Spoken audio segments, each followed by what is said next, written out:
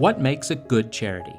You might think of an organization that helps those who need it most, providing food to the hungry, healing the sick, housing the homeless. What you probably wouldn't think of is an organization that spends its money advocating for other people to do those things instead. Sadly, many charitable foundations that used to be about providing direct aid have over time become more focused on lobbying the government to do so. For example, look at the Ford Foundation. With assets of over $12 billion, the Ford Foundation is the second largest foundation in the United States. When Henry Ford was still alive, his favorite charities were museums and hospitals, including what would become named Henry Ford Hospital. But over time, direct charity would shrink as a share of the Ford Foundation's activities. What does the foundation support instead? Social justice advocacy.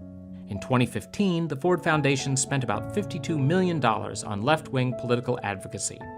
That includes promoting redistributionist economics, abortion, and policies backed by labor unions and environmentalists. Meanwhile, the foundation has entirely ceased supporting Henry Ford Hospital, against the wishes of the surviving Ford family. Or look at the Surdna Foundation.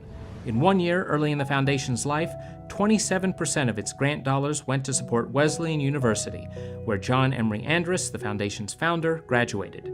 27% went to hospitals, healthcare, and boys and girls clubs, and the biggest share, 46%, went to the Julia Dickman Memorial Orphanages, perhaps the most worthy of causes. But today, only 3% of the foundation's grants went to those orphanages, and only 0.07% went to healthcare. Meanwhile, most of the foundation's funding goes to social justice advocacy. These are but two examples of dozens of foundations that have abandoned their original work. Direct aid from their massive endowments could make a huge impact on the welfare of the disadvantaged groups they were founded to help. Instead, they've chosen to use their resources to appeal to government to do it for them.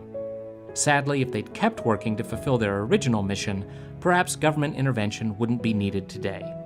It's time for left-wing philanthropists to return to fixing problems themselves, and for citizens on the ground to call them out for misusing their funds.